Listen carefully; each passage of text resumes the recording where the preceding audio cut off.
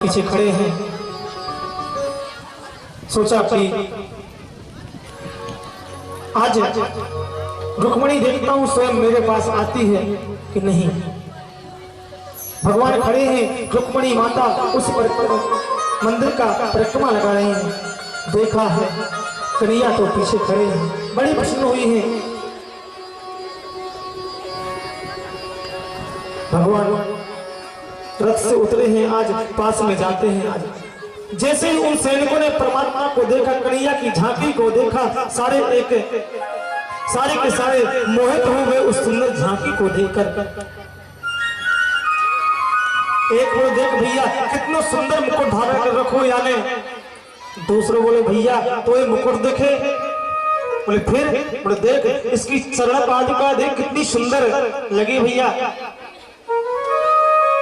तीसरो बोलो भैया देख या को जो कज्जल लगो है ना भैया बड़े सुंदर लगे। एक बोलो तू कज्जल देखे कि फिर देख या के हाथ में जा मुरली है कितनी सुंदर लगे। तरह तरह से भगवान की उस सुंदरता का, कन्हैया की सुंदरता का वर्णन करने लगे, मोहित होने लगे। रुक्मणी माता सोच रही हैं जब तक कि कन्हैया स्वयं मुझे आज नहीं ले जाएंगे मैं जाने वाली नहीं हूं। यदि आज मैं चली गई तो संसार कहेगा कि कन्हैया ने रुक्मणी का हरण नहीं किया, रुक्मणी ने भगवान का हरण किया, कन्हैया का हरण किया।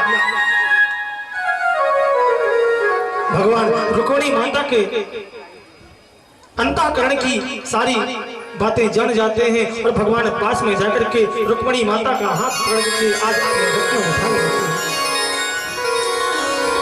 सारे सैनिक उस सुंदरता को देख करके मुग्ध हो रहे हैं, वर्णन कर रहे हैं। यहाँ कन्हैया ने रुक्मणी माता को रथ में बिठा लिया और जब रथ ले जाने लगे तब उन सैनिकों को होश आया।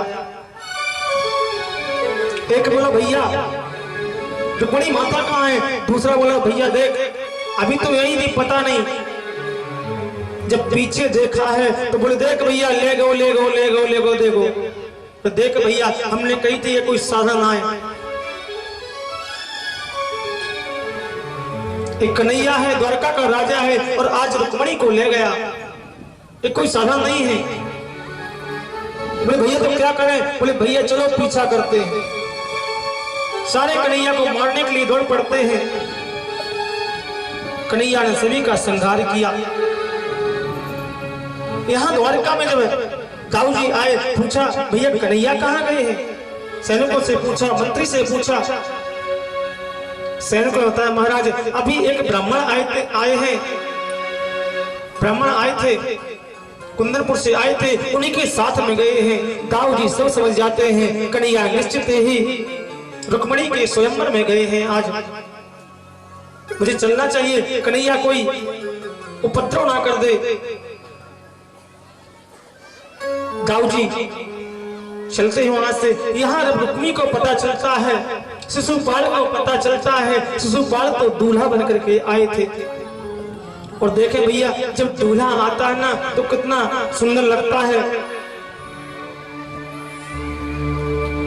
और चलता कैसे है, फिर उसे दिखता नहीं कोई कि हमारे सामने कौन है, पिताजी हैं, चाचा जी हैं, कौन है, बस एकदम अकड़ कर चलता है। क्योंकि रोज थोड़ी दूल्हा बनने को मिलना है, दूल्हा बनने को एक दिन मिलना है, तो क्यों ना आज सबको देख लिया जाए। प्रेम से राधे राधे, आज सबको देख लिया जाए। आज तो कुछ कोई बोलने वाला है नहीं, चलो आज देख लें सबको। शिशुपाल दूल्हा बन के आए थे। जब पता चला कि भैया जिसके साथ विवाह होना है वही नहीं है तो क्या होगा, विवाह कहां से होगा। बेचारा वैसे ही लौट जाता है। आज रुक्मी से कहते तुमने अच्छा नहीं किया, तुमने आज मेरी मित्रता में शत्रुता की है, ये तुमने अच्छा नहीं किया, लौट जाता है। तो भैया विवाह ना हो और बरात लौट जाए तो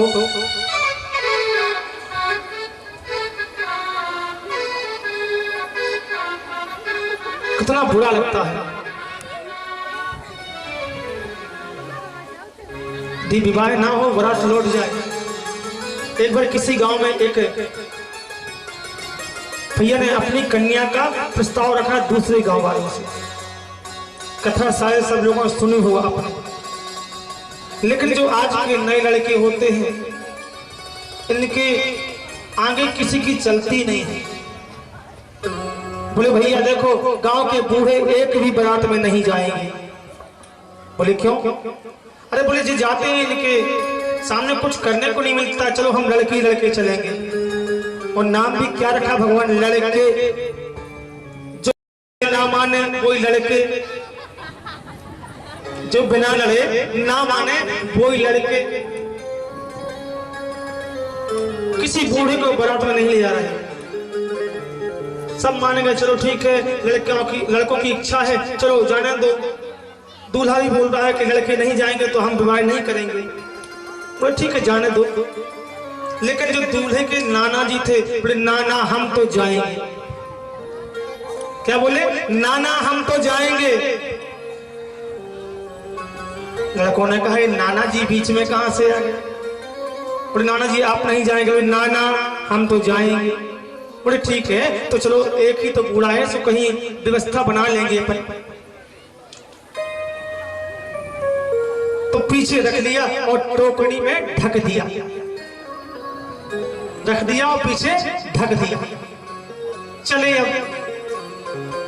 अब जब पहुंचे तो जो लड़की वाला था उसने किसी को ले जाओ देख करके आओ, कोई बूढ़ा तो नहीं आया। एक आया, देखा, बोले महाराज कोई बूढ़ा ही नहीं है इसमें। बोले अच्छा। बोले ठीक है जाओ तुम उनसे एक शर्त रख करके आओ हमारी। बोले क्या? बोले कह देना कि हमारे गांव में जो नदी बह रही है आप इसका पानी खाली कर दें और इसमें दूध की धारा बहा दें। इस नदी में दूध की धारा बहा दें। अब बेचारे सब परेशान, सोच सोच करके परेशान हो रहे हैं। कुएं का पानी तो खाली नहीं होता, नदी का पानी कैसे खाली हो? सब सोच सोच के परेशान। और बोले देखो कह देना यदि नदी में तुमने दूध की धारा बहा दी तो हम विवाह कर देंगे, और इतना नहीं कर सकते तो अपनी बारात वापस ले जाओ। अब बेचारे सब सोचे पड़ गए, अरे हम क्या कोई नहीं कर सकता है? तो सब सोचे पड़ गए, बारात वापस ले जाने लगे। जब बारात वापस ले जाने लगे तो एक ने कहा देखो देखो नाना जी पीछे रखे हैं, अब उन्हें खोल दो। क्यों भैया फालतू में उनके प्राण ले रहे हो, खोल दो। नाना जी को खोल दिया। नाना बोले क्या होगा? बोले कुछ नहीं, अब चलो वापस। बोले क्यों? बोले विवाह नहीं होना। बोले होना क्यों नहीं? बोले नाना जी नदी में दूध की धारा बहाने को कहा। अब नदी में भला दूध की धारा कैसे बहे? नदी खाली हो दूध की धारा बहे। नाना जी बोले तुम लोग भी इतनी सी बात को लेकर के इतने परेशान हो गए? बोले नाना जी इतनी सी बात नहीं, बहुत बड़ी बात है। बोले बहुत बड़ी बात है। बोले इतनी सी बात है? बोले जाओ तुम जाकर कौन से कह दो नदी तुम खाली कर दो, दूध हमारे पास में रखा हुआ है, दूध हमारे पास में रखा है, नदी तुम खाली कर दो। ये होते हैं बुजुर्ग। अब लड़के जाएंगे बारात में, लड़के आएंगे। जी पुरानी घटना। अब एक नई घटना सुनो। एक ट्रेन में एक वृद्ध यात्रा कर रही थी। अगली स्टेशन से कुछ लड़के चढ़े। उस समय लड़के चढ़े तो टिकट न लिए हुए थे, जाकर के उस वृद्ध के बगल में बैठ गए। अब सोचा टिकट तो ली नहीं, टीटी आएगा तो मार पड़ेगी, जेल में डाल देगा। क्या किया जाए? तो ऐसे करो 100 रुपए सब लोग इकट्ठे कर ले, 20 लोग हैं 2000 हो जाएंगे। किसी ने 100 दिए, किसी ने 200 दिए, 2000 इकट्ठे कर लिए, एक के पास में रख दिए। आप इसे रख लो, जब आए तो दे देना। एक बोला इस पैसों की जरूरत नहीं है भैया, रख दो, अच्छी बात है। बोले फिर? बोले हम चैन खींच देंगे। बोले चैन खींचे को टीटी आ गया तो बोले बाप्पा जी सामने बैठे, इनका नाम लगा देंगे, हम तो उतर के भाग जाएंगे, इनका नाम लगा देंगे, जो होगा इनका होगा। अच्छा? बोले हाँ। बोले ठीक है तो खींचो चीन। तो एक ने चैन खींच दी, चैन खींची, टीटी आया, टीटी आया। बोले चैन किसने खींची? लड़कों ने कहा ये जो बप्पा जी बैठे हैं चैन इन्हीं ने खींची है। पूछा आपने चैन क्यों खींची? अब विचार करने लगा, यदि मैं कहूंगा भी कि इन लड़कों ने खींची है तो इनको मानना तो है नहीं, फिर क्या किया जाए? दिमाग लगाया, थोड़ा सा दिमाग पर जोर दिया। बोले देखो साहब, हम यात्रा कर रहे थे, इन लड़कों ने हमारे जेब से पैसे निकाल लिए, 2000 रुपए थे इसके सामने, इसके जेब में रखे हैं। अब बताओ हमारे पास जब पैसे नहीं तो चैन तो खींचेंगे। अगले स्टेशन पर टीटी ने पुलिस को पकड़ा दिया, बोले जाओ हम जेलें बंद कर दो। अब लड़के जब उतरे तो उसे देख रहे थे, उस बूढ़े को देख रहे थे, उसने भी देखा और दाढ़ी पर हाथ लगाया। बोले देखो भैया हम बूढ़े हैं, ऐसे नहीं हमारी दाढ़ी सफेद हो गई है भैया, तुम जैसे कई लड़कों को हमने देखा है, कभी हम भी लड़के थे, ये दाढ़ी सफेद ऐसे नहीं हुई है।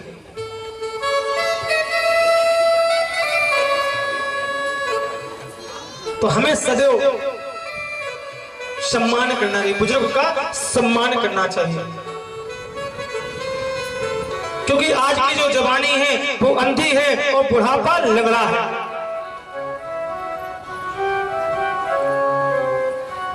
कहीं आग लग जाए, बूढ़ा कहेगा भैया इसे बुझाओ, लेकिन लड़के कहे नहीं लग जाने दो, बर जाने दो।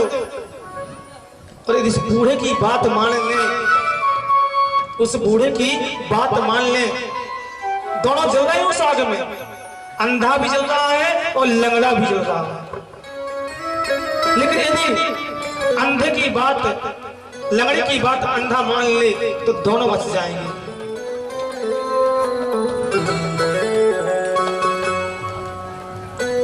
लंगड़े की आंख और अंधे के पैर,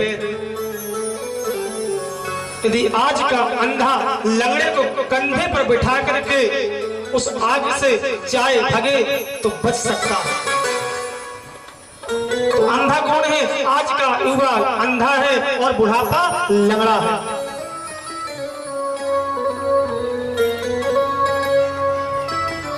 दाऊ जी सोच रहे हैं आज कन्हैया गया है, कुछ उधम ना कर दे, कुछ बुरा ना कर दे, बना बनाया काम बिगाड़ ना दे, कहीं चलो कुछ चलना चाहिए। यहाँ रुक्मी ने पीछा किया, रुक्मी ने पीछा किया है। आज कन्हैया ने रुक्मी को रथ में बांध लिया है, सिर का मुंडन करके रथ के पीछे बांध लिया। दाऊ जी आ रहे हैं, कन्हैया जा रहे थे, रास्ते में मिल गए, बोले कन्हैया ले आए? बोले हाँ दाऊ जी ले आए। बोले बहू लाए हो, कुछ और लाए हो? बोले हाँ।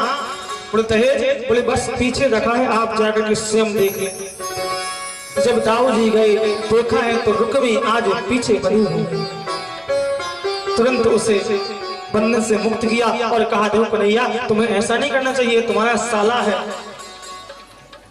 और साला और भाई बराबर का होता है,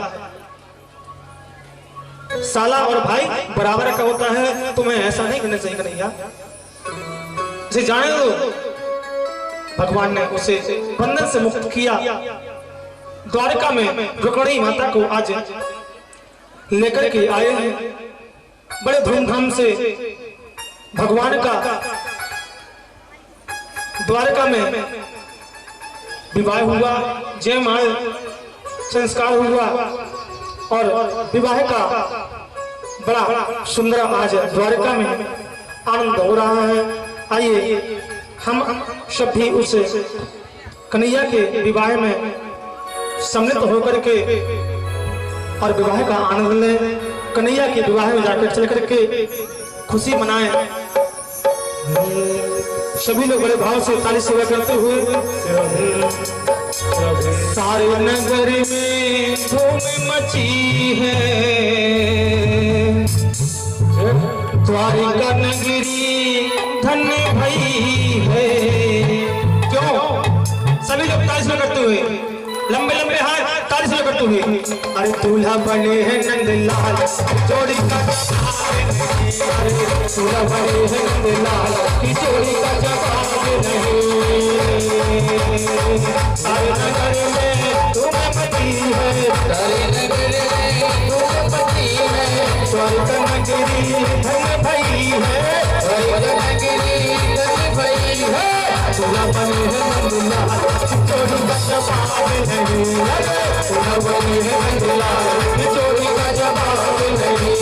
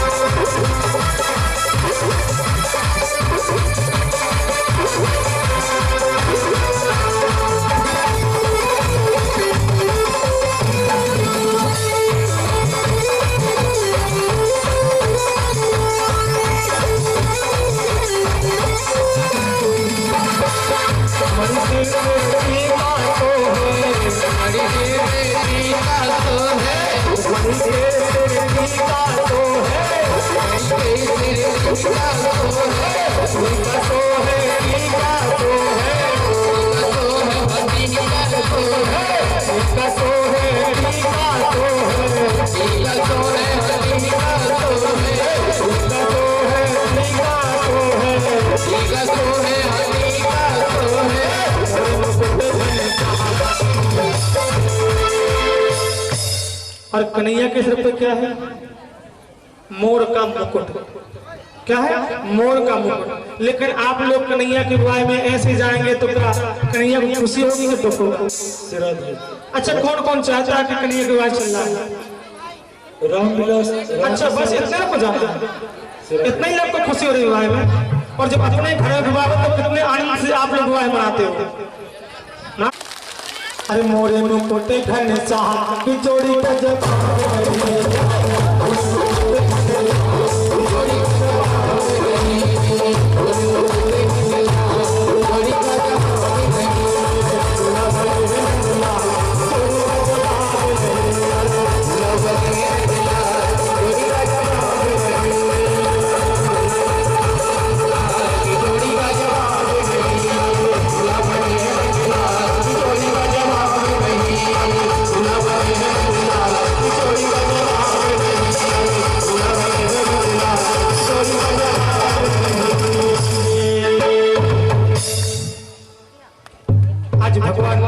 द्वारका विराजते हैं। बड़ा सुंदर द्वारका में भगवान का